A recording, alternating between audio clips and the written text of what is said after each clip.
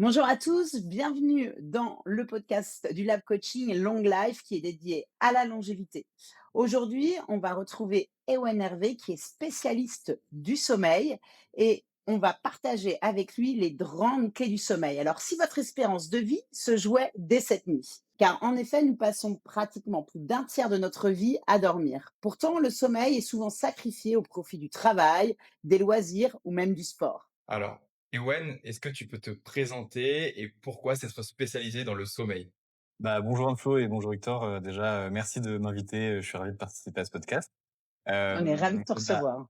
Ravi de te voir, Ewen. pourquoi le sommeil, c'est aussi important? Parce qu'en fait, tout simplement, c'est, la pierre fondatrice, de la santé. C'est à ce moment-là qu'on récupère, de tous les dommages qu'on s'est infligés pendant la journée et du coup, aujourd'hui, c'est vrai que c'est quelque chose pour le coup, comme tu as dit, qui est très négligé et sur lesquels, il faut appuyer pour, combler des lacunes qu'un peu tout le monde a sur le sommeil. Vas-y, vas-y, Ah oui, vas-y. pourquoi je me suis spécialisé? Désolé, Ouais, j'ai ouais, pas de souci. je suis parti sur le sommeil. Ouais, moi je me suis spécialisé aussi parce que, personnellement, j'ai eu des problèmes de sommeil, en fait, quand j'ai commencé à travailler, au bout de quelques années, en CDI, à Paris aussi d'ailleurs. Donc voilà, j'ai eu quelques petits problèmes de sommeil, parce que, le rythme était très intense, je pense comme beaucoup qui travaillent aujourd'hui, dans les grandes entreprises je me suis rendu compte qu'en fait, voilà, j'avais du mal à suivre, je dormais pas assez, je récupérais pas. J'ai essayé en même temps de me mettre, au sport, ça faisait quelques années que je m'étais mis au sport, notamment la musculation.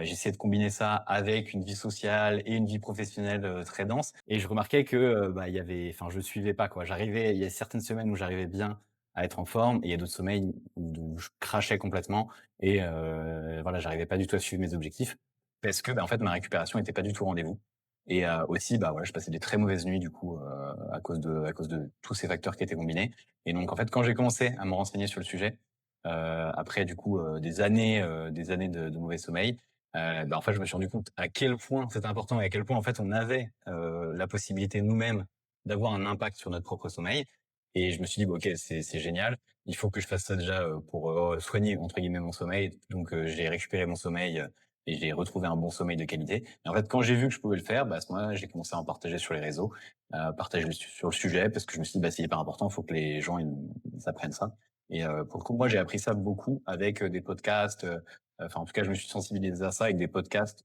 aux États-Unis et en fait, il y avait pas trop très peu de podcasts en France, sur le sujet déjà à l'époque. Maintenant, ça s'est un petit peu, ça s'est un petit peu développé, hein, un peu plus de podcasts sur la santé. Mais voilà, l'objectif, c'était aussi d'en parler sur les réseaux pour, sensibiliser le plus de personnes. Voilà. Et à ton avis, Ewen, moi j'ai une question. Pourquoi le sommeil, tu penses que c'est un des facteurs, un des piliers les plus négligés de la santé?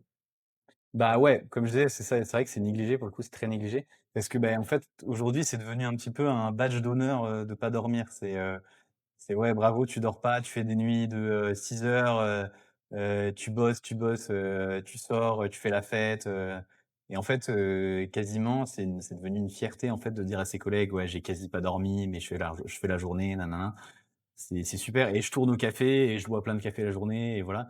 C'est devenu moitié une fierté, en fait, de pas dormir alors qu'en fait, ça devrait être tout l'inverse parce que moi, aujourd'hui, je le vois comme des personnes qui fument des cigarettes ou qui sont fiers de fumer des cigarettes. Aujourd'hui, je pense, dans l'imaginaire collectif, on a compris que c'était pas bien de fumer des cigarettes, mais il y a 10-15 ans, c'était beaucoup plus «accepté» entre guillemets de fumer là, je trouve que le sommeil, c'en est à peu près à la même étape, quoi. Et du coup, alors, est-ce que tu peux nous expliquer pourquoi, du coup, le sommeil, c'est le pilier numéro un de la récupération et qu'est-ce qui se passe pendant la nuit? Peut-être les différents cycles? Pourquoi est-ce qu'on a Mmh. besoin de dormir pour se régénérer un petit peu? Ouais, alors pendant la nuit, en effet, il y a différents cycles et chaque cycle a sa fonctionnalité, vraiment son objectif, précis le sommeil, c'est pas une seule phase continue, hein, pendant laquelle on est off. Il y a beaucoup de personnes qui vont se coucher, qui se disent juste: «Bah, je pense que je suis off pendant la nuit» et après je me réveille et je recommence à faire les choses. En fait, pendant la nuit, du coup, le cerveau, il est encore vraiment très actif et il fait plein de choses qu'on n'a pas du tout le temps de faire pendant la journée, du coup et notamment, donc les différentes phases, qu'on va rencontrer dans le sommeil.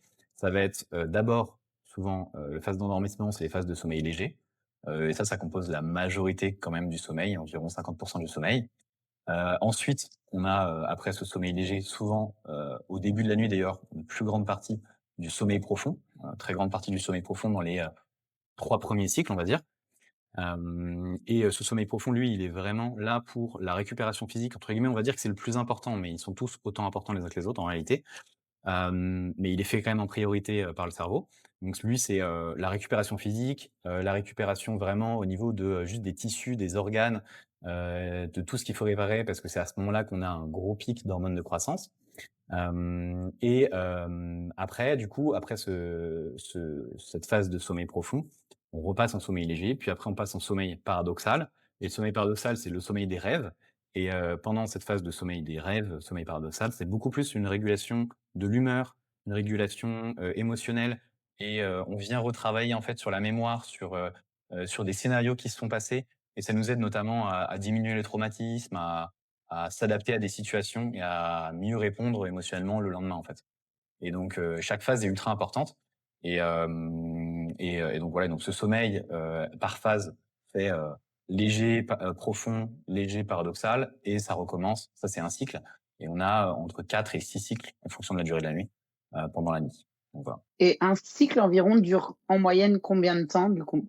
Est-ce Alors qu'il en y a moyenne quelque chose, Ouais, en moyenne, on dit que c'est 90 minutes. Je pense que ça, tout le monde l'a entendu. Mais ce qu'il faut remarquer, ce qui est important à remarquer, c'est que ça varie. C'est-à-dire que les cycles au début de la nuit vont avoir des longueurs différentes qu'à la fin de la nuit. Et aussi, ça varie en fonction des individus et ça varie en fonction d'une nuit à une autre. On peut pas dire que juste un cycle, c'est 90 minutes. C'est entre 70 et 120 minutes, quoi. Je rebascule aussi sur, la durée du cycle, mais, on entend souvent aussi que la durée optimale du sommeil, c'est entre 7 et 9 heures. Je pense qu'on l'a tous entendu. Au-delà de 9 heures, il y a aussi des risques pour la santé. En dessous également, est-ce que tu peux nous en dire plus, ces durées-là? Est-ce que c'est une durée fixe ou est-ce Mmh. que c'est à ajuster? On sait qu'aussi il y a des études, qui prouvent qu'il y a des gens qui sont plus petits dormeurs, mais c'est une très faible partie de la population. Voilà, en règle générale, combien faut-il d'heures de sommeil, pour une personne sportive Ouais. ou et non sportive? Hem, En effet, 7 à 9 heures, c'est bien. 7 à 9 heures, c'est bien. Maintenant, il faut pas s'inquiéter si on dort plus que 9 heures. C'est vrai qu'il y a certaines études qui montrent qu'il y a une association entre dormir 9 heures, enfin dormir plus que 9 heures, donc c'est à partir de 10-11 heures que ça commence à vraiment avoir, des effets significatifs sur, les risques de mortalité ou d'autres risques. Sauf qu'en fait, c'est des études d'association et ce qu'on remarque, du coup, c'est que juste, il y a plein de facteurs, confondants comme, par exemple, le fait que Bien juste, sûr. certaines personnes peuvent juste, être, par exemple, dépressives ou quoi et du coup, souvent ces personnes dépressives ou ces personnes qui sont déjà malades vont rester juste plus longtemps au lit, vont dormir plus, parce qu'ils combattent des maladies et c'est aussi, bah, voilà, eux, ils font partie du entre guillemets, du fait que, dormir plus que 9-10 heures, c'est vu comme, étant risqué pour la santé, alors qu'en réalité, pour quelqu'un qui dort, 9 heures, a priori, il y a pas de problème, surtout si cette personne est sportive. Parce que pour une personne sportive, surtout très sportive, vous avez des très sportifs, je crois quand même, à l'ELAB, c'est pas gênant de dormir, on va dire entre 8 et 10 heures. Ça peut ne pas être gênant du tout. Donc voilà, ça dépend. Et pour l'autre côté, le côté un peu moins, pour le coup, on a en effet c'est vrai qu'il y a des personnes qui ont une composition génétique qui est un peu différente, qui fait qu'ils ont vraiment pas besoin de beaucoup plus que, 6 heures de sommeil par nuit. Mais c'est des portions vraiment ridicules de la population. C'est vraiment ridicule. C'est très, très rare, ouais, c'est vraiment très rare et il y a beaucoup de gens qui pensent être dans cette situation et qui, en fait, ils sont pas du tout dans cette situation. Ils sont juste dans la situation où ils se sont adaptés à performer à un moins haut niveau, enfin, en tout cas être, en moins bonne forme, de manière continue. Ils se sont habitués à ce niveau de forme qui est un peu en dessous et ils pensent, fonctionner, à fond alors qu'en fait, ils sont juste, à un niveau de forme en dessous, quoi. Et donc il y a beaucoup de personnes qui pensent qu'ils peuvent fonctionner à 16 heures alors qu'ils mériteraient bien de dormir 7 ou 8. Voilà. et du coup, comment, ces personnes-là peuvent s'apercevoir qu'ils sont dans une fausse croyance en se disant, «Ah moi non, je sais que si je dors que 5 heures, ça va», alors que par rapport à ce que tu viens de dire, non. Quels sont les signes un petit peu qui pourraient alerter du coup? Ça va vraiment dépendre de comment la personne elle est pendant la journée, ce qu'elle est capable de faire. Donc, faut faire entre guillemets «un bilan» avec elle vraiment, sur, qu'est-ce qu'elle fait? Est-ce qu'elle a besoin de faire, des siestes pendant la journée, même des micro-siestes? Est-ce qu'elle a besoin de faire des temps de repos? Est-ce qu'elle peut enchaîner sa journée, d'un coup et qu'elle a pas besoin d'être assise toute la journée, par exemple? Est-ce qu'elle a particulièrement du mal quand elle doit faire du sport et sa journée? Hem Et pourtant, il y en a certains qui arrivent à dormir 5 heures et qui n'ont pas tous ces symptômes-là. Et du coup, comment, dans ce cas-là, on arrive à «voir» entre guillemets qu'elle pourrait dormir plus? En fait, c'est vraiment se donner l'opportunité d'avoir ne serait-ce qu'1 heure de sommeil de plus, pour cette personne-là, et voir si le corps le prend cette opportunité. Parce que souvent ces personnes-là ne se donnent pas l'opportunité de dormir 1 heure de plus. C'est-à-dire qu'ils vont avoir leur réveil par exemple, disons à 6 heures du matin et ils vont se coucher tous les soirs à 1 heure. Mais c'est-à-dire qu'ils vont passer, de 22 heures à 1 heure du matin, ils vont le passer devant des écrans ou ils vont le passer en faisant des choses qui sont vraiment pas adaptées pour avoir un bon sommeil, ou ils vont manger tard par exemple. Ils vont faire du sport tard ou manger tard par exemple. Tout ça, c'est des trucs qui peuvent avoir des effets à repousser l'endormissement. Et du coup, en réalité, ces personnes ne se rendent même pas compte que, bah, elles s'endorment plus tard que le corps en aurait besoin, dû à leur contexte, en fait, dû aux conditions qui s'imposent à eux-mêmes. Et donc, en fait, si on enlève selon toutes ces conditions-là, ça peut être aussi la consommation de caféine un peu trop tardive, et ben, on se rend compte que le corps, il vient récupérer quand même, très probablement, il va venir, surtout si c'est une personne qui dort que 5 heures, il va venir manger un petit peu, récupérer un peu d'heures de sommeil en plus tous les jours. OK, tout hyper intéressant et moi j'avais peut-être une question, c'est aussi peut-être que le cortisol, enfin je veux dire, peut-être on peut voir aussi ça dans les bilans sanguins, peut-être qu'il y a un taux de cortisol qui est dans les choux, enfin qui pète les scores avec, quelqu'un qui est en manque de sommeil parce que justement le cortisol augmente énormément, avec ce manque de sommeil. Une inflammation aussi, du stress oxydatif, donc une inflammation systémique qui s'installe.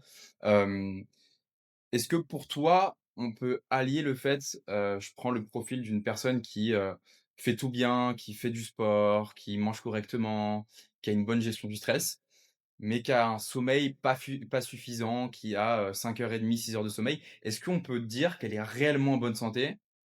Ou le sommeil, c'est vraiment un des piliers non négligeables pour la santé? Bah, moi, je pense quand même que c'est vraiment un des piliers non négligeables et qu'il y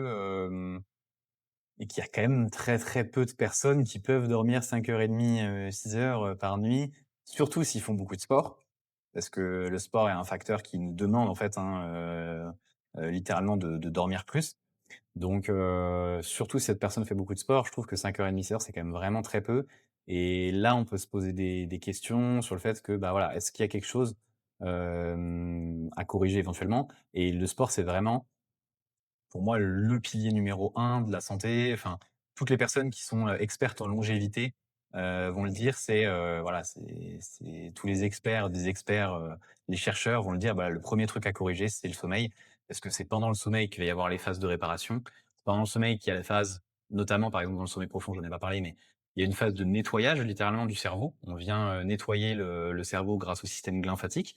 Et en fait, c'est, littéralement, les cellules dans notre cerveau, c'est les cellules gliales qui s'espacent plus, pendant cette phase de sommeil et qui, en fait, limite permettent, une meilleure circulation des flux, au sein du cerveau et des liquides, et ça permet d'évacuer les déchets.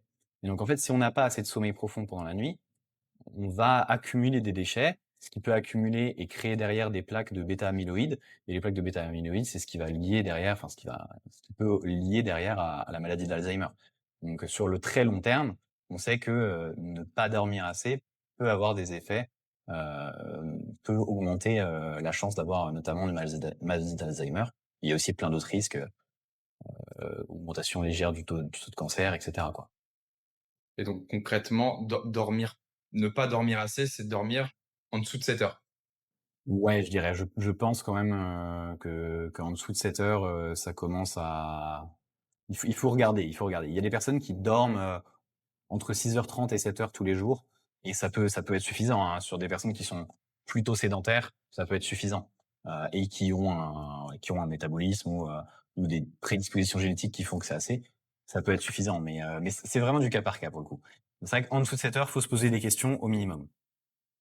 Et du coup, tout à l'heure, tu as parlé un peu, des phases, donc des différentes phases et là, tu as parlé aussi, heu, proportionnellement, comment ça s'équilibre pour être sur des bonnes phases qui soient aussi, intéressantes pour justement, d'un point de vue physique ou mental d'ailleurs, bien récupéré. Combien doit être en pourcentage le sommeil profond, le sommeil paradoxal? Enfin voilà, si tu peux expliquer un petit peu quelle est la plus grosse partie de notre sommeil, qu'est-ce que ça doit être? Parce que maintenant on a beaucoup d'outils connectés qui nous permettent justement de suivre notre sommeil et de voir ces différentes phases. Est-ce que tu pourrais, donner un peu des indicateurs pour nos auditeurs par rapport à ça? Pour qu'ils sachent, bah, voilà, en effet, là, j'ai eu, 30 de sommeil profond, que 15, enfin voilà, expliquer un petit peu ça. D'accord. Hem, Bah, déjà, petit disclaimer sur ces outils-là, parce que c'est vrai que c'est génial et c'est des outils fabuleux, mais il y a aussi, ils ont aussi plus ou moins respectivement leur degré de précision. Donc il y a Tout certaines à fait. marques qui sont plutôt précises et plutôt fiables quand même. C'est-à-dire que quand on les mesure et quand on les compare avec le standard, en or, c'est, la polysomnographie, ils peuvent arriver à repérer les bonnes phases à 80 et 90, c'est les meilleurs. Je pense, à la Nowoop, à la Noura ou à la Whoop aussi, c'est à peu près dans les 80-90. Donc c'est très bien déjà. Mais il y en a d'autres qui sont plutôt vers les 50-60, donc qui sont vraiment pas très fiables. Il faut déjà regarder, est-ce que votre «gadget» entre guillemets, il est fiable? Et ensuite, pour les pourcentages de phases, le sommeil profond, ça doit représenter environ 20 à 30 de la nuit. Souvent, ce qu'on dit, c'est qu'il faut environ 100 minutes, donc 1h40. Donc voilà. Et le sommeil paradoxal, c'est 25 à 35 de la nuit. Donc lui, en plus, ça va être plutôt vers la fin de la nuit. Donc plus la nuit va durer, plus aussi on va avoir de sommeil paradoxal, parce que les cycles qu'on rajoute à la fin, c'est du sommeil paradoxal. Et et moins la nuit dure, en général, moins on a de sommeil paradoxal, mais on a quand même en général les 1h30, 1h40 de sommeil profond malgré tout, même si on fait une nuit qui est assez courte quand même. OK, et tu as parlé beaucoup de la récupération, physique donc, l'intérêt quand on fait du sport, et par rapport justement à tout ce qui va être récupération mentale aussi, est-ce que tu as parlé un peu de l'auto-nettoyage du cerveau et cetera, mais d'un point de vue, ouais, vraiment purement mental, parce que comme tu l'as dit dans les grandes villes, mais aussi dans les petites villes, hein, c'est pas forcément que le cas dans les grandes villes, mais on est souvent beaucoup à courir après la montre, à avoir ce stress un peu qui est pesant, que ce soit, professionnel, personnel ou même environnemental. Ouais. Heu, quel est l'intérêt du sommeil, justement sur la réduction de ce stress Bah, en quotidien? fait, Mmh. ouais, ça va avoir un pour le coup, ça va avoir un gros effet parce que notamment, en fait, il y a des études, par exemple, je pense à l'étude, de Walker, c'était genre, 2007, un truc comme ça, qui prouve en fait que, quand, il y a une privation de sommeil, l'amygdale du coup qui est vraiment le petit organe, au sein du cerveau qui est responsable du stress, va réagir beaucoup plus fort à des images en fait, qui peuvent créer un stress habituellement. Donc en fait, on va plus ou moins réagir à des situations de stress en fonction aussi de à quel point on a été privé de sommeil avant. Et si on est mieux pris enfin, si on n'est pas privé de sommeil, si on est mieux récupéré, si on a mieux dormi, hem, le système nerveux et même, le système de stress va être, moins, sollicité, moins dans un niveau, de stress constant, en fait, malgré tout. C'est moins dans un niveau d'urgence constant, quoi, en fait, et il va mieux réagir et savoir mieux discerner entre une vraie menace et, bah, juste un problème, un nouveau problème à gérer ou un truc comme ça. Donc voilà. Donc ça pour le coup, ça se passe vraiment pendant les phases de, sommeil paradoxal et donc souvent, bah, très souvent sur la fin de la nuit quoi, en fait. Et c'est aussi souvent les heures que les gens un petit peu, repoussent. Parce qu'on sait que les Français, comme toutes les populations, quasiment, aujourd'hui dans le monde, ne dorment pas assez. C'est souvent ces heures-là qu'ils ont pas, en fait. OK, Et on a et vas-y, vas-y, vas-y. vas-y. Non, vas-y Victor, vas-y. On a beaucoup parlé de la durée du sommeil, mais c'est tout aussi, voire encore plus important, d'avoir des heures de sommeil des heures de coucher qui sont fixes et des heures de réveil qui sont fixes également.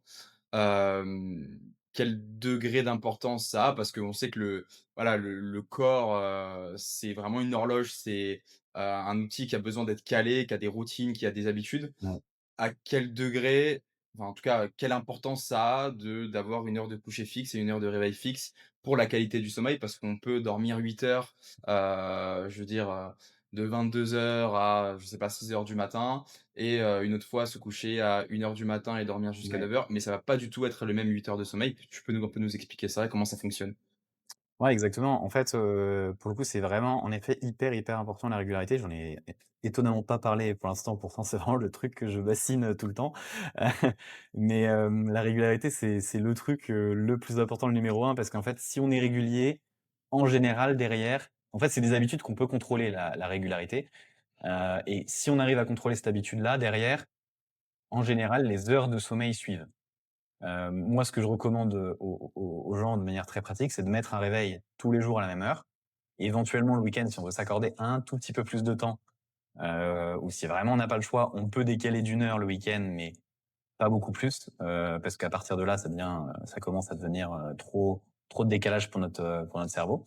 Et en fait, ce côté pratique-là de se mettre vraiment une heure fixe de réveil, ça va faire en sorte qu'on va avoir des heures de coucher qui vont être fixes aussi, parce que on va accumuler de la fatigue tous les jours à la même heure. Et par exemple, si on se réveille tous les jours à 8 heures, bah, au bout de 16 heures, donc à minuit, tous les jours à minuit, on aura 16 heures dans les pattes entre guillemets d'éveil, et on sera au même niveau de fatigue. Donc ça, c'est un premier système qui gère cette fatigue-là, c'est l'adénosine, qui gère l'accumulation de la «fatigue» entre guillemets. Et il y a un deuxième système qui est hyper important pour le cerveau et pour le sommeil et même pour tous les organes et notre fonctionnement, notre forme, c'est le rythme circadien. Et du coup, bah, lui, il demande en fait une rigueur et une routine très précise, très régulière.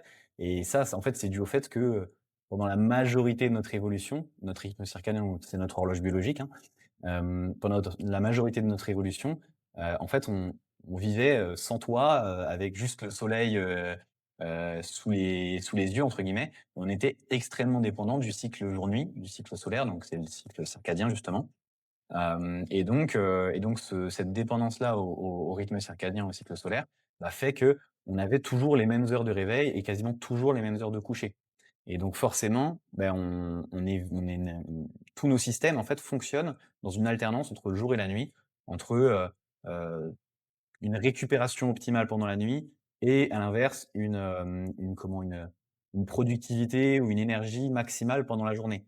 Et si on commence à avoir des heures, comme tu as dit, du coup, qui sont un peu déréglées de, par exemple, 3 heures et cetera, le corps là, il est perdu et il commence à pas savoir quand être vraiment en forme et quand être vraiment fatigué. Et donc on traîne de la fatigue au réveil et on a un coup de mou, la journée, alors qu'en fait, on devrait être tout le temps à fond la journée et tout le temps, entre guillemets, «crevé, fatigué, mort» la nuit. Et ce qui fait qu'on dort vraiment profondément, on récupère et on ne se réveille pas au milieu de la nuit. Donc voilà. Vas-y, vas-y Et Flo, on va faire une fois sur et 2. Ça va être plus mmh simple. et du coup, il y avait 2 points que je voulais voir avec toi. Le premier, c'est, tu as parlé en effet, de la régularité des heures de coucher, et de lever, Ouais. mais néanmoins, il y a quand même beaucoup, beaucoup de personnes, qui enfin, on le voit, que ce soit au studio ou des gens, dans notre entourage qui, bah, n'ont pas suffisamment d'heures de sommeil la semaine Mmh. et qui le week-end font des grasses mat à n'en plus finir. Donc on a bien compris que c'était pas ce qui était, bénéfique. Mais du coup, est-ce que tu peux expliquer pour peut-être un peu plus que les auditeurs qui se retrouvent un peu dans ce cas-là, comprennent, OK, c'est pas bénéfique, mais qu'est-ce que ça a comme côté négatif sur l'organisme de faire ça? D'accord. En fait, le côté, grasse mat, le week-end, c'est vraiment ce qu'on appelle le social jet lag, donc le jet lag social, et c'est le jet lag du week-end entre guillemets. Pour le cerveau, quand on prend je vais prendre un exemple, avec des chiffres précis comme ça on se repère tous. Une personne qui se réveille tous les matins à 7 heures, pour aller au travail et qui se réveille tous les matins de la semaine, je veux dire à 7 heures pour aller au travail. Le week-end par exemple, si elle fait une grasse mat jusqu'à, on va dire, allez 11 heures, elle va faire une grasse mat jusqu'à 11 heures le samedi et le dimanche.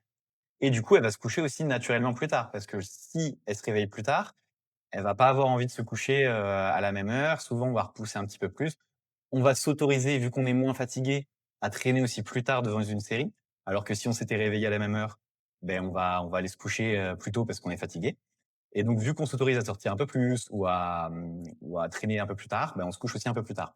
Donc, pour une personne qui a un rythme, par exemple, d'habitude de 7 heures de réveil et 23 heures de coucher, et qui le week-end a un réveil plutôt à 11 heures et qui va se coucher plutôt, par exemple, à 1 heure du matin, bah là, en fait, on remarque qu'il y a, ne serait-ce que sur l'heure de coucher, euh, enfin l'heure de réveil plutôt, 4 heures décalage. et en fait, le cerveau le voit comme un décalage horaire, hein. C'est comme si on prenait l'avion, qu'on partait vraiment, à 4 heures de décalage, donc 4 heures de décalage, pas exactement, ça doit être Moscou, je crois, ou même, au milieu de l'Atlantique, parce que bon, 4 heures, ça tombe pile au milieu de l'Atlantique, mais voilà. Ça fait que pour le cerveau est complètement perdu et résultat, concrètement pour ces personnes-là, hem, ce qui va derrière se passer dans leur corps, c'est que d'habitude, le cerveau va prévoir une production de mélatonine, le la semaine, il va la prévoir par exemple à, 22:00, une 2 heures avant le coucher, 1 heure ou 2 heures avant le coucher, comme il sait que la personne va se coucher à 23:00 minuit, il va prévoir sa production de mélatonine un petit peu avant. On va avoir un joli pic de mélatonine qui va être bien intense, qui va aider au sommeil profond et cetera, et comme derrière le week-end, il y a un décalage, de plusieurs heures sur le coucher, bah, en fait, le pic de mélatonine, il est déjà passé, on va se coucher un peu plus tard après et le lendemain, bah, du coup, qu'est-ce qu'il fait le cerveau? Il se dit: «Ah bah, j'ai mal timé mon pic de mélatonine, je vais le repousser le lendemain». Il le repousse et quand on arrive le lundi, du coup, le pic de la mélatonine, il est repoussé encore plus tard. Donc on a envie de se coucher, au lieu de se coucher à 23:00 comme on devrait se coucher en semaine, bah, on se couche vers, 00:00, 1 heure du matin et résultat, on est crevé pour le mardi, enfin, on est crevé pour le lundi, on est crevé pour le mardi et ainsi de suite et donc ça fait qu'en fait, on se traîne la fatigue d'une semaine à une autre. Il y a plein de gens qui même à la fin de la semaine, des fois, sont moins fatigués parce qu'ils ont réussi à reprendre un rythme et résultat, qu'est-ce qu'ils font? Bah, ils ressortent ou ils rechangent de rythme encore une fois le week-end et ils redeviennent fatigués avec le week-end et ils reprennent la semaine à nouveau fatigués. Donc c'est un rythme infernal, quoi. Et du coup, qu'est-ce que ça engendre, d'un point de vue, physiologique, ces décalages? Ce que ça engendre, c'est vraiment, bah, Ouais. beaucoup plus de fatigue concrètement, une moins bonne récupération physique et une moins bonne longévité aussi, hein, bien évidemment, parce que, bah, le sommeil est décalé, le sommeil est pas régulier, donc on a, voilà, comme je disais, des moins bons pics de mélatonine, donc des moins bons pics d'hormones de croissance. Si par exemple, on est une personne qui va avoir une bonne récupération physique, bah, tout d'un coup, la récupération physique entre guillemets, on peut quasiment s'asseoir dessus parce que le pic d'hormones de croissance se fait pas au bon moment ou il se fait moins fort. Donc il y a tous ces trucs-là qu'on va ressentir et on va ressentir vraiment un gros décalage en fait. En réalité, on va avoir les yeux cloués, et beaucoup moins d'énergie et concrètement, bah, les organes sont pas synchronisés de la même façon et on peut avoir même des reflux acides, parce que, beh, l'estomac fonctionne de la mauvaise façon et cetera. On a plein d'impacts qui peuvent être, pour le coup, très, très variés, quoi. Même en termes de, si on parle d'impact métabolique, purement, on a aussi, des moins bonnes résistances à l'insuline, des taux de diabète plus élevés. Enfin voilà, on a beaucoup plus, de risques sur cette partie-là aussi. Et donc du coup, tu as parlé de production de mélatonine aussi. Ouais. Quel est l'impact? Parce que je pense que c'est aussi l'erreur la plus fréquente, c'est, bah, je vais prendre mon téléphone, je vais scroller sur les réseaux, avant le coucher. Quel est l'impact justement entre, cette exposition à la lumière, des écrans et ce manque de enfin et cette production de mélatonine qui n'arrive pas du coup au bon moment et qui n'arrive pas à se faire? Bah, je vais te surprendre Victor, mais les écrans, bien qu'ils soient, extrêmement coupables, pour, plein de raisons, notamment, les pics de dopamine aussi, qui font qui font que le cerveau est encore trop éveillé le soir. En réalité, moi, je trouve qu'ils sont limite moins responsables que, la lumière qu'on allume, dans notre pièce en quasiment en plein jour à 23:00 et qui est extrêmement, extrêmement lumineuse, qui produit une grosse quantité de lumière. Ça, c'est beaucoup plus, entre guillemets, disrupteur pour notre, cycle, Bien sûr. que les écrans pour le coup. Mais bon bref, la question est plus, voilà, quel est l'impact de cette lumière? Parce que, la lumière bleue, comme on sait qu'elle est pour le coup, destructive et qu'elle repousse particulièrement le rythme circadien, enfin qu'elle repousse, voilà, les pics de mélatonine. Bah, en fait, la lumière bleue, on la retrouve aussi dans la lumière blanche, hein, pour le coup. Donc tout type de lumière est dangereuse, sauf disons la lumière, rouge tamisée, ça c'est un peu moins risqué et du coup, qu'est-ce que ça va avoir cette lumière, en particulier lumière bleue?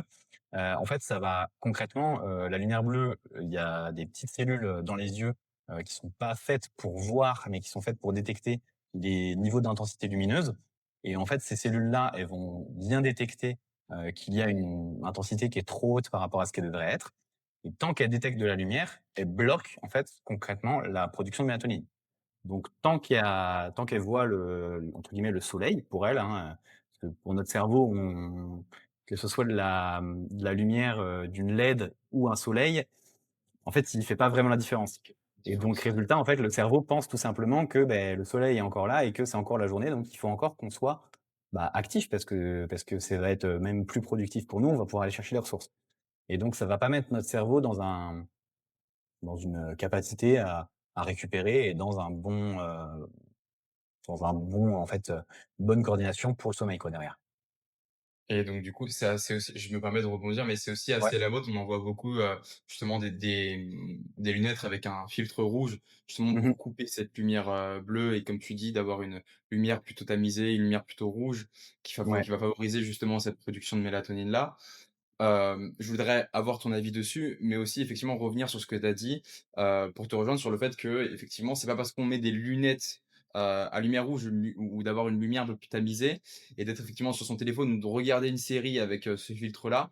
Mais effectivement la exactement. production de dopamine, par exemple, je sais pas, je vais voir une scène, qui ne m'est pas familière, qui est nouvelle et cetera, qui va me provoquer un petit peu de dopamine, bah, donc du coup mon taux de cortisol va aussi augmenter, ce qui va, moins bien favoriser effectivement la phase d'endormissement derrière. Est-ce que tu peux, voilà, nous expliquer un petit peu tout ça et nous expliquer effectivement, il y a l'exposition aux écrans, mais il y a aussi cette production de dopamine-là et pourquoi pas dire ce qu'est la dopamine, ce qu'elle amène, pourquoi elle emmène, à en tout cas un sommeil moins, comment dire? Un endormissement moins rapide.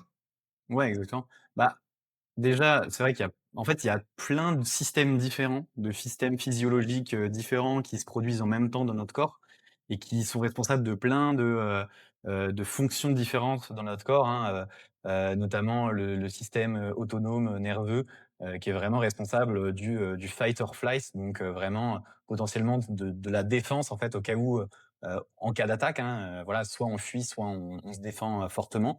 Bah, ça, c'est un système qui est vraiment très lié à l'adrénaline, noradrénaline et ça va être un système qui peut être très sollicité pendant si on voit un film d'horreur, par exemple. Si on voit un film d'horreur, on va avoir le palpitant qui va à fond parce que notre cerveau imagine être dans la situation du film d'horreur et donc ça, pour le coup, ça va être néfaste, bah, à l'endormissement forcément. Mais en fait, c'est plein de systèmes en parallèle qui fonctionnent, dans notre corps et si tous ces systèmes-là, bah, on les perturbe ou si on n'en perturbe qu'un seul, bah, un seul, ça peut suffire en fait à empêcher l'endormissement. Parce que l'endormissement normalement doit arriver que quand on est dans une situation, de repos, de stress, de non-danger complet, en fait. Et si on donne une raison au cerveau de rester éveillé, bah, le cerveau va rester éveillé, parce qu'il y a plein de raisons potentielles pour lui. Acquérir des ressources et cetera et la dopamine, c'est entre guillemets «l'hormone», souvent on peut un peu à tort l'appeler «l'hormone du plaisir». En réalité, c'est plus l'hormone de la recherche, du plaisir, l'hormone en fait, du vouloir, de l'envie d'aller, chercher plus et cette hormone, en fait, bah, du coup, elle est extrêmement sollicitée, par notamment le scroll sur les réseaux sociaux ou les séries qui ont des cliffhangers, qui font en fait des montées, émotionnelles un petit peu, et des ascenseurs émotionnels, et qui sont du coup les séries écrites exprès, hein, pour nous maintenir, devant le Netflix. Et donc tout ça tous ces trucs-là en parallèle vont, captiver notre attention et vont faire qu'on va vouloir continuer à regarder, qu'on va vouloir continuer à regarder parce qu'on a l'impression qu'il y a quelque chose de nouveau, quelque chose de mieux qui nous attend, plus de ressources pour le cerveau, c'est il le voit comme ça, hein. Plus de divertissement, plus de choses intéressantes et donc le cerveau veut continuer à regarder et du coup, donc la dopamine, ça va avoir cet effet-là et ce que tu disais aussi sur les lunettes, bah, c'est aussi, très vrai. C'est qu'on a remarqué que, dans un environnement qui est très, très lumineux, si on mettait des lunettes anti-lumière bleue, ça permettait quand même de, maintenir un pic de mélatonine, dans un environnement qui est déjà très tamisé. Moi, ma chambre, le soir, bah, du coup, je la mets en orange, voire en rouge carrément. Bah, j'ai pas besoin de lunettes, c'est l'avantage. Enfin, tant que je suis pas sur mes écrans. Mais du coup, voilà, l'objectif derrière, c'est aussi de faire en sorte que chacun de ces leviers physiologiques, on va dire, ou ces systèmes en parallèle dans le corps, sont bons pour le sommeil et sont, tous un peu en parallèle, dans une phase de détente, les heures qui précèdent le sommeil. Comme ça, on sait on va bien pouvoir rentrer, dans le bon sommeil direct. Et du coup, heu, je pense, tous entendu ce genre de réflexion. Il y a des gens qui disent: «OK, mais moi je mets une série ou je mets un film Ouais. ou, je regarde mon téléphone», enfin peu importe parce que ça m'endort. Bah, J'ai besoin de ça pour m'endormir. Qu'est-ce que tu pourrais, leur répondre? On a bien compris que c'était pas la solution, hein, bien sûr, mais en l'occurrence, ça peut être un peu comme des gens qui boivent du café qui disent: «Bah, non, mais moi je vois pas de différence sur mon sommeil», alors qu'en effet, si on regarde bien les phases de sommeil, on voit bien que c'est pas terrible. Mais voilà, moi j'ai des personnes qui me disent: «Mais oui, mais moi, pour m'endormir, c'est le moyen que j'ai trouvé pour pouvoir m'endormir parce que ça me ouais. berce» entre guillemets et voilà, qu'est-ce qu'on Ouais, peut dire à ces personnes-là, ou, aux éditeurs qui pourraient se reconnaître là-dedans, pour les aider? bah, en fait, moi, ce que j'ai remarqué avec les personnes que j'accompagne aussi, c'est que, hem, beaucoup de ces personnes qui ont besoin d'une sollicitation au moment de se coucher, qui ont besoin, en fait, vraiment de, bah, d'avoir toujours leur esprit occupé, parce que c'est un peu ça, en fait, on occupe l'esprit et comme ça autorise un petit peu l'esprit à «partir» entre guillemets, à s'endormir parce qu'il est occupé et qu'on pense pas, en fait, avec nos pensées en boucle dans le cerveau. Bah, beaucoup de ces personnes-là, en fait, ne se donnent pas le temps dans la journée d'être sans sollicitation, d'être vraiment, entre guillemets, «le cerveau à vide», hein, sans musique, sans film, sans lecture, sans rien et de laisser, entre guillemets, un peu le cerveau s'exprimer, le cerveau parler, quoi. Le laisser un petit peu, avoir ses idées qui partent un peu dans tous les sens et en fait, ça, c'est un temps qu'on mérite tous et dont on aurait tous besoin, de passer plus de temps, entre guillemets, «seuls» avec nous-mêmes, hein. Et très souvent, du coup, moi, ce que je dis à ces personnes, c'est bah, déjà, essaye de passer un peu plus de temps dans la journée sans sollicitation, sans voilà, sans bruit permanent, parce que ça va t'aider derrière, le soir aussi à mieux t'endormir et petit à petit du coup, bah, diminuer, le degré de nocivité ou je sais pas comment on dit, à quel point c'est nocif, ce qui leur habitude.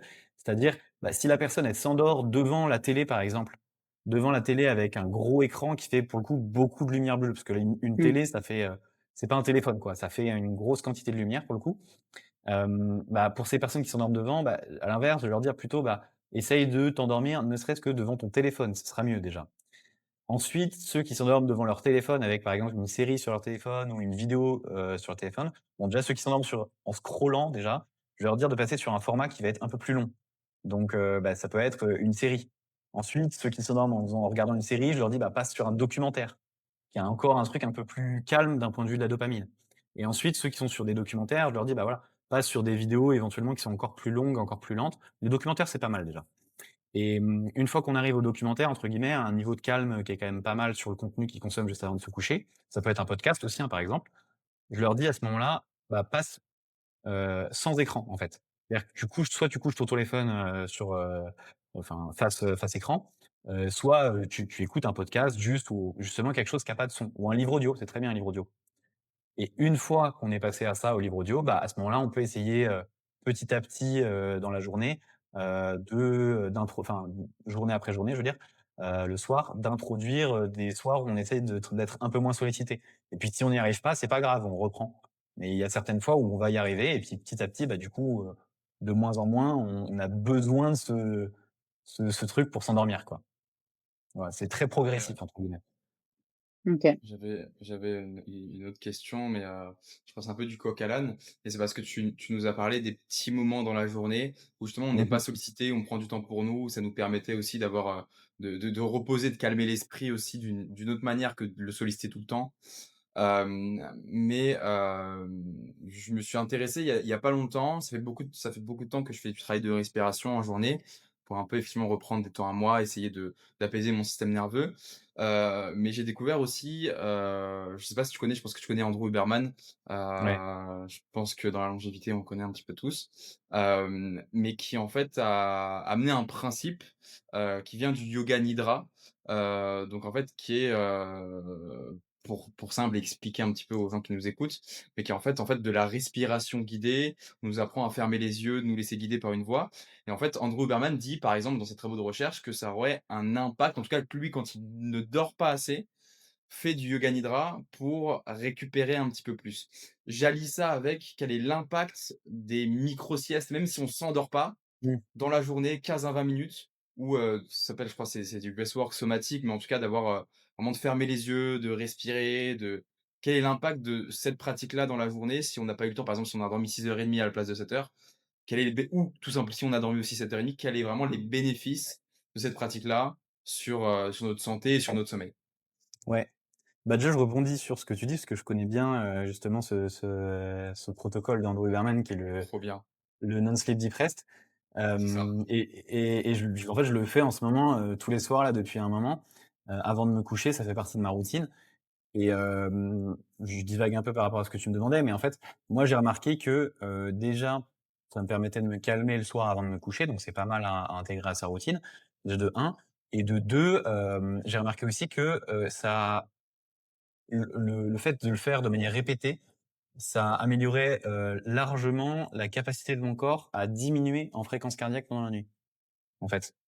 J'ai vraiment, noté sur mes trackers une baisse considérable. C'est pas spécialement quand je le fais, ça baisse, c'est plus le fait de l'avoir fait plusieurs fois, j'apprends en fait à mon corps à descendre d'un niveau d'excitation en fait, du niveau en fait, sympathique au parasympathique, en tout cas du système nerveux parasympathique au sympathique.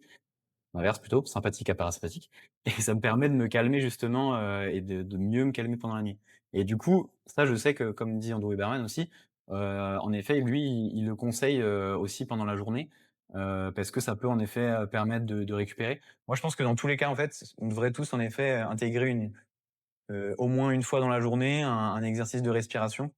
Peu importe, hein, lequel c'est, ça peut être de la méditation, du yoga nidra comme tu dis. Il y en a qui font du Wim Hof aussi. C'est un peu différent mais ça peut être aussi, intéressant. En fait, je pense que c'est plus aussi encore une fois le côté de se dire: «Bah, je respire avec moi-même et je me concentre sur moi, sur l'intérieur» et ça aide je pense aussi, le corps à bosser, l la connexion entre le cerveau et le système nerveux aussi, je pense que ça aide énormément, cette respiration volontaire. Et tu le disais aussi sur les micro-siestes. Bah, sur les micro-siestes, ouais, ça peut être aussi quelque chose à intégrer. Hem, Ça dépend des personnes. Pour le coup, les siestes, ça dépend vachement des personnes. On est en effet sur le principe d'une micro-sieste, 15-25 minutes, c'est totalement faisable et on n'est pas obligé de s'endormir en fait, pendant pour avoir la réparation, on n'est pas obligé de s'endormir. Mais après ça dépend des personnes. Je le conseille pas à tout le monde non plus. Quelqu'un qui a des réveils pendant la nuit, qui met énormément de temps à s'endormir, je lui conseille pas de faire des siestes pendant la journée. Même si c'est des micro-siestes, je lui conseille pas parce que ça va grignoter sur son appétit de sommeil, sur son envie de dormir le soir et déjà que si c'est une personne qui a pas un sommeil de manière, très continue, c'est pas quelque chose que je recommande. Mais pour quelqu'un qui est très actif, qui fait beaucoup de sport, qui a besoin d'une petite période de récup pour performer au meilleur niveau pendant la journée et qui a pas de problème de sommeil, c'est un super outil pour le coup. Donc ouais. OK. Très bien, c'est Et effectivement ce pardon Anne-Flo, mais non, c'est vas-y, effectivement vas-y. que ça va venir grappiller ce temps d'éveil, ces micro-siestes.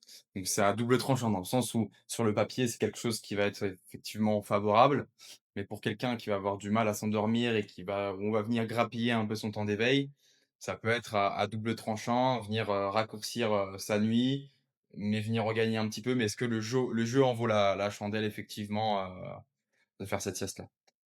3e Bah, point. ça dépend, ouais, c'est ça. Ça dépend, en fait, justement, vachement de la situation de la personne, quoi. Mais ce qui est sûr, c'est que moi, je recommande vraiment pas les siestes j'en ai pas parlé, mais des siestes de 1h30 ou quoi. Ça, à moins de situations très particulières comme, si on sait qu'on va veiller tard, parce que ça peut arriver, donc dans ce cas-là, c'est pas très gênant de se faire une petite, banque de sommeil un petit peu en plus, en rajoutant une sieste longue. Ça peut être quelque chose, hein. Surtout si on sait que derrière on risque de prendre le volant, sans alcool bien sûr. Mais si on risque de prendre le volant tard, bah, ça peut être pertinent de faire, d'accumuler le sommeil avant quoi, par exemple. OK. Donc voilà, Et du coup, pour les personnes qui ont des cycles, de travail, de vie un petit peu, en alternance jour et nuit, comme dans les professions, médicales, médecins, infirmiers ou voilà, qui ont des horaires qui varient tout le temps. ouais. Est-ce que tu aurais quelques conseils pour ce type de personnes précises?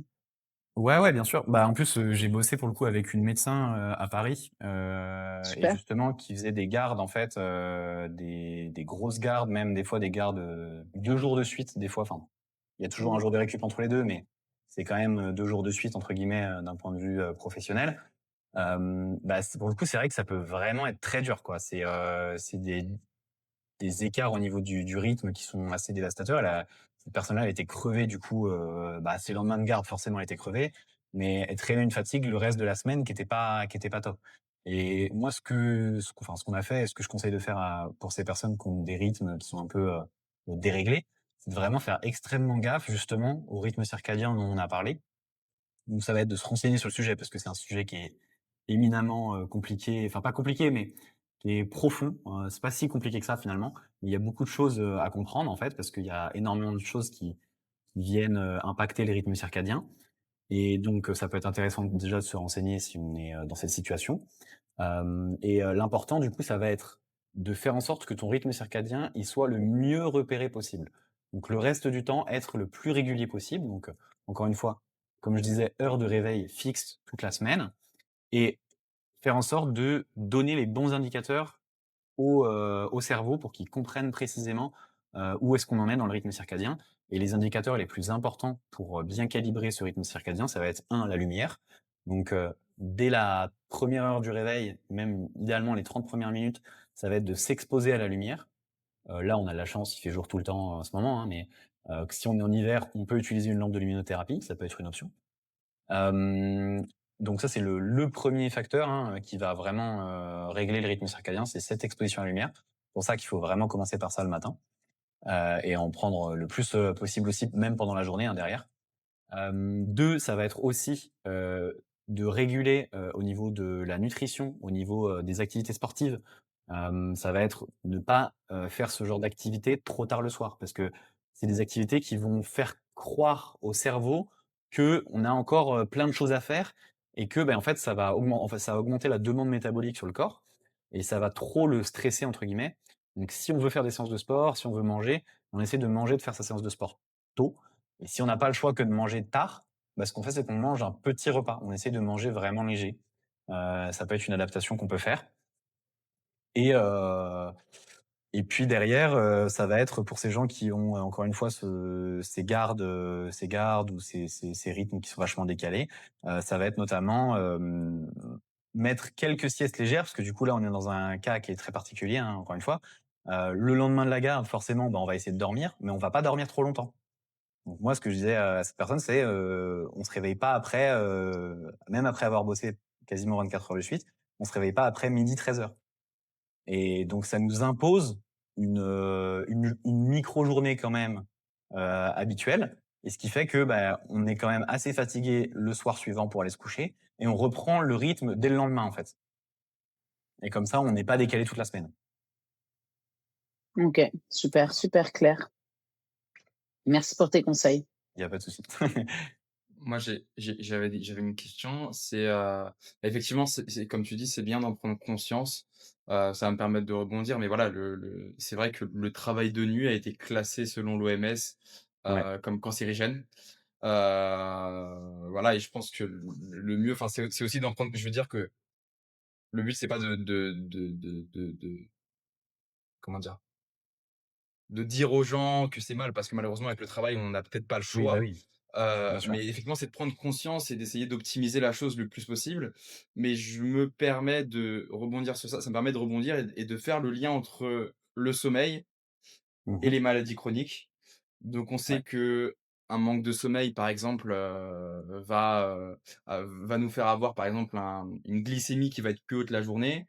Donc potentiellement favoriser du diabète, favoriser l'obésité, favoriser des troubles cognitifs comme tu l'as dit, que les maladies d'Alzheimer, le cancer. Est-ce que tu peux nous faire le lien effectivement entre le sommeil, pourquoi un manque de sommeil provoquerait des maladies chroniques? En fait, le manque de sommeil, c'est vraiment le côté, on vient dérégler un peu. Naturellement, en fait, on est censé dormir. Quand on introduit un manque de sommeil, on crée un stresseur, on crée un stress pour le corps et donc tout de suite on sort d'une situation qui est normale. Donc le corps, il réagit parce que, il a pas le temps de faire tout ce qu'il avait prévu de faire pendant la nuit. Parce que faut savoir que vraiment pendant la nuit, du coup, comme je disais, il se passe beaucoup de choses. Il y a beaucoup de régulation au niveau des hormones, au niveau voilà, de comment on gère même, la glycémie pendant la nuit et cetera et quand il a pas le temps de faire ça, bah, derrière, il y a des répercussions et et ce qui fait que notamment, le fait d'avoir, chroniquement pas assez de sommeil, va faire que, par exemple, on va avoir des hormones de l'appétit qui vont être déréglées. Donc ça va être, leptine et gréline. C'est, les 2 hormones, ce qu'on appelle plutôt l'hormone de la satiété et l'hormone, de «l'appétit» entre guillemets. Donc c'est à quel point on va avoir faim et à quel point on va ressentir la sensation de, «Je suis full, j'ai plus faim là, c'est bon», la satiété quoi et ces 2 hormones-là, en fait, elles sont déréglées dans le mauvais sens, dès qu'on n'a pas assez dormi. Résultat, en fait, on a remarqué, il y a des études très précises, qui ont montré que si on mettait des gens devant, des buffets un peu à volonté, où ils ont vraiment le choix entre différents types de nourriture, des nourritures un peu plutôt saines, des nourritures un peu type fast-food, des donuts, machin et qu'ils ont pas de, entre guillemets, «budget calorique précis», en fait, on mesurait naturellement, ce que les gens allaient, ce que les gens allaient naturellement, manger. On remarquait qu'en fait, dès qu'il y avait, moins d'heures de sommeil, les personnes avaient tendance à manger un peu plus de fast-food, un peu plus de nourriture un peu gras, un peu riche, un peu, voilà, ce qui nous donne envie, hein, quand on est fatigué et qu'on a mal dormi la veille et résultat, en fait, ça, c'est aussi que des produits ultra transformés qui derrière, ça vous le savez aussi, je pense même mieux que moi, font piquer, la glycémie, derrière ça cause, des problèmes au niveau de la régulation de l'insuline, derrière à long terme, ça cause du diabète potentiellement notamment. Donc ça, c'est vraiment sur la partie diabète. Il y avait d'autres points, dans ta question où j'ai oublié ou je sais plus? Non, oui, c'était effectivement le lien entre le manque de sommeil et les maladies chroniques, mais je pense que tu l'as assez bien résumé. C'est en fait le fait d'avoir il se passe tout un tas de choses pendant le sommeil. On peut parler d'autophagie, effectivement, du renouvellement cellulaire. C'est On peut ouais. parler, de tout ça au niveau du cerveau et je pense que c'est en fait un manque, puis un manque, puis un manque, puis un manque, puis ça plus effectivement une inflammation que cause le manque de sommeil qui induit à des maladies chroniques. Moi, j'aimerais bien aussi que tu puisses nous parler de la VFC, de la variabilité de la fréquence cardiaque. On en avait parlé dans un autre podcast, sur le tout premier podcast qu'on avait sorti sur la chaîne. On avait Ouais. expliqué un petit peu ce que c'était. Donc, pour tous ceux qui ne savent pas ce que c'est, je vous invite à aller voir le 1er podcast qu'on a sorti sur la chaîne pour un peu comprendre, comment le mesurer, avec les outils qu'on a à disposition et ce que c'est, ce que ça veut dire. Mais voilà, pour nous faire un résumé, quelle importance tu accordes à cette data-là, heu, liée à ton sommeil? Parce que un manque de sommeil peut influencer la VFC à la baisse et un très bon sommeil va potentiellement, augmenter la VFC. En tout cas, quelle importance tu y accordes à cette variabilité de la fréquence cardiaque-là? Oui, comme tu l'as dit, c'est vrai qu'un bon sommeil, un très bon sommeil, ça permet d'avoir le temps encore de se relâcher un peu plus, d'être plus en phase de «détente» entre guillemets et du coup, ça permet au cœur heu, d'être entre guillemets «moins stressé» et de pouvoir entre guillemets «se relâcher», prendre un peu plus de temps entre différents battements. C'est un peu ce qui se passe au niveau de la VFC. C'est la mesure qu'on mesure, hein, c'est l'écart entre, l'écart moyen, enfin, je crois que la racine carrée de la somme des écarts entre, les différents battements qu'on mesure et derrière, en fait, on vient mesurer à quel point, il y a enfin, quel est l'écart moyen entre 2 battements du cœur. Généralement, dans une situation de stress, les battements sont très réguliers et parce qu'on a besoin de régularité et d'un «bon débit» entre guillemets au niveau du sang. Dans une situation plus relax, le corps il «prend son temps» entre guillemets, si on veut simplifier la chose et du coup, c'est vrai que c'est un très bon indicateur de à quel point une personne est relâchée quoi et nerveusement, hein, j'entends à une bonne récupération nerveuse. Donc, moi, c'est un marqueur que je regarde justement avec les personnes que j'accompagne, et c'est aussi un marqueur qui me permet de savoir, justement, de comparer par rapport à d'habitude comment cette personne, ce jour-là, se sent. Et en fait, c'est plus ça va me permettre de comparer d'une personne enfin, d'une nuit à une autre pour la même personne, mais je compare jamais d'une personne à une autre.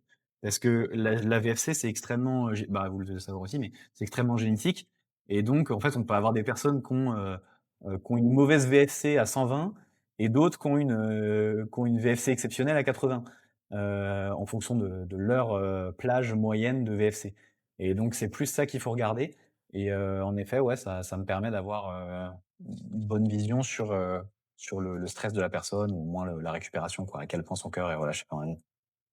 C'était un petit peu aussi une manière de dire que, est-ce que pour toi, enfin, j'ai un peu aussi mon avis sur la chose, mais est-ce que pour toi, c'est, Parce qu'on m'a déjà dit voilà, «Oui, mais je en ce moment je dors mal et cetera, mais je comprends pas, ma VFC est quand même assez haute, donc ça veut dire que, je peux m'adapter avec un sommeil qui est un peu plus bas». Je pense que les 2 ne sont pas liés.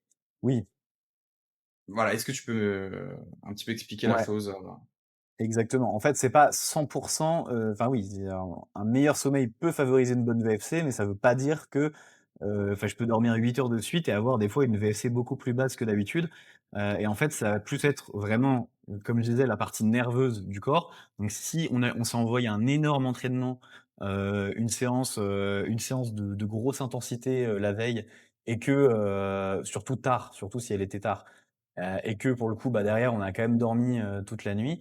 Bah, on peut avoir, fait ses heures de sommeil, on peut avoir été régulier, on peut avoir quand même récupéré, plutôt bien au réveil et se sentir plutôt correctement si on est bien régulier et pourtant, en fait, on peut avoir une VFC qui est plutôt basse, par exemple, à ce moment-là. Ou alors, vice versa, on peut avoir une VFC qui est plutôt haute, parce que, bah, on a fait une journée plutôt tranquille, on s'est couché, on a fait une bonne routine au moment du coucher et on s'est pas trop «énervé» entre guillemets. La VFC de base au moment du coucher, elle était déjà haute, elle est restée haute pendant la nuit et sauf qu'en fait, si on peut avoir très bien une nuit courte et pas avoir eu assez de sommeil et être déréglé et cetera quand même. Donc pour le coup, c'est juste un indicateur qui veut dire, quelques petites infos, mais il faut voir la plus grande, enfin, l'entièreté des indicateurs, l'entièreté de l'image sur la personne, quoi. OK, top. Un dernier point peut-être pour, nos auditeurs. On a bien compris que le sommeil, c'était un des piliers de la bonne santé, de la longévité, mais on sait que également le sommeil change plus on avance dans l'âge. Ah oui. Heu, ouais. Est-ce que tu peux parler un petit peu de ce sujet-là, justement, quand on avance dans l'âge, les besoins de sommeil changent, le sommeil change et qu'est-ce qui se passe un petit peu dans le corps et comment réguler tout ça? Bah, en fait, ouais, c'est ça, au fur et à mesure qu'on avance dans l'âge, déjà, on a plusieurs facteurs du sommeil qui se dérèglent, enfin, qui pas se dérèglent, mais qui changent, hein, en effet. On va avoir besoin d'un peu moins de sommeil en général, ça c'est vrai que c'est un truc qui est connu.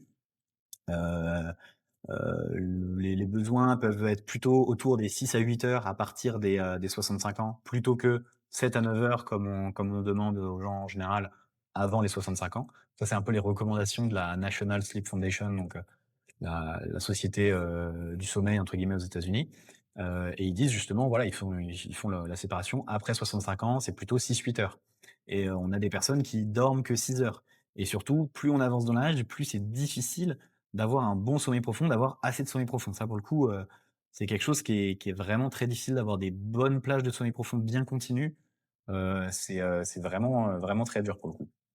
Donc ça demande plus d'efforts sur tous les facteurs qu'on a dit avant pour le coup. Et il y a d'autres facteurs, qui se dérèglent, hein, sur le sommeil. Il y a notamment le chronotype. Alors c'est pas un dérèglement, c'est juste plus on se décale. Le chronotype, il va du coup avoir tendance à s'avancer, plus on vieillit. Hem, le chronotype qui était, justement déjà, très avancé quand on était bébé, puis après qui se recule à l'adolescence, qui devient, plus, tard que les adultes. Le chronotype, c'est, à quelle heure on a naturellement envie de se coucher et à quelle heure on a naturellement envie de se réveiller et il dépend des personnes, mais globalement, si on regarde la moyenne, quand on est adolescent, on a envie de se coucher un peu plus tard, que les parents et quand on redevient enfin, quand on devient adulte, beh, à ce moment-là, on se règle un peu, on est à peu près tous, sur la même moyenne et puis à l'âge, un peu, à peu près 50-60 ans, bah, petit à petit, on a envie de se réveiller de plus en plus tôt et de se coucher de plus en plus tôt.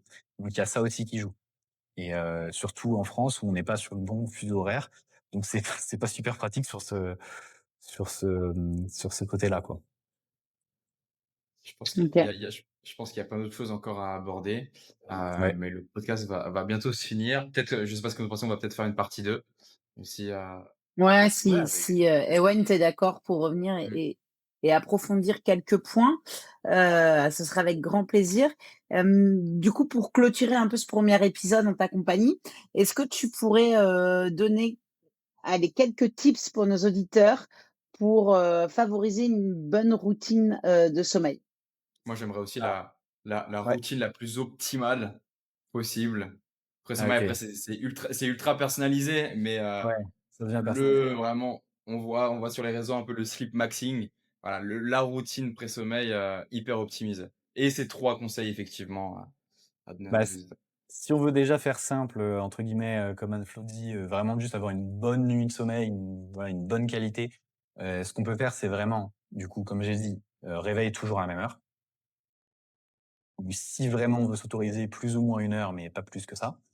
Ensuite, le matin, exposition au soleil, au moins 5 minutes, si on veut faire simple.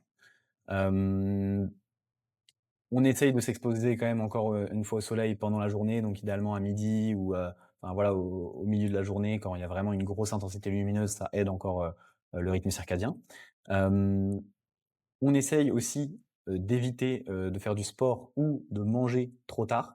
Donc moi, ce que je dis, c'est, si on veut faire simple, au moins 3 heures et si on veut faire, très optimal, du coup, Victor, on peut vraiment, aller, repousser encore plus, hein, pour le coup, si on voit par exemple le Sleep Maxing, si on voit un peu les routines de Brian Johnson, c'est, lui, il évite, de manger, les 10 heures précédant son sommeil. Donc je sais pas si on a besoin d'aller aussi loin, mais à partir de 4 heures, j'ai trouvé que c'était bien et surtout, faut être intelligent sur qu'est-ce qu'on mange. C'est pas gênant des fois de manger, 3 heures avant, voire 2 heures avant. Bon 2 heures avant, ça commence à être tôt, mais tant qu'on mange moins, en fait, plus on se rapproche de l'heure à laquelle on va se coucher, bah, moins on essaie de manger et ça, du coup, ça aidera l'estomac à traiter, la nourriture un peu plus rapidement.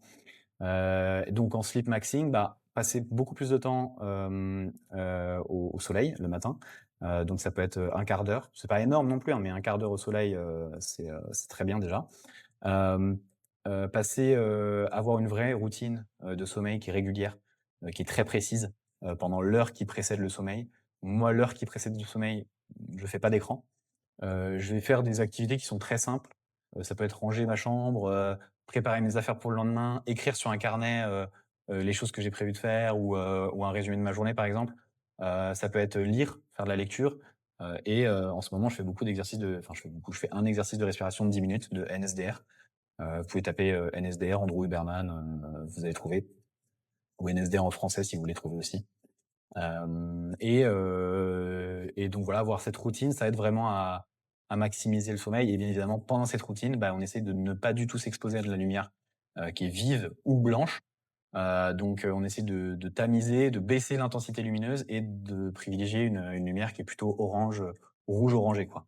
Rien que ça, si on est régulier et si on l'applique tous les jours, si on fait ça, on a fait 90 du travail vraiment, Après ça devient du personnalisé, quoi. Bien sûr.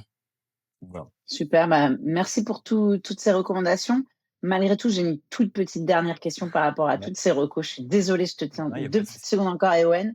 Moi, je suis Douche, froide, douche chaude avant de dormir, c'est quoi ton avis là-dessus? Bah, en théorie, douche, chaude plutôt avant de dormir. En cette, phase de canicule, on peut Oui. dire, douche tiède parce que douche chaude, ça va pas être agréable non plus.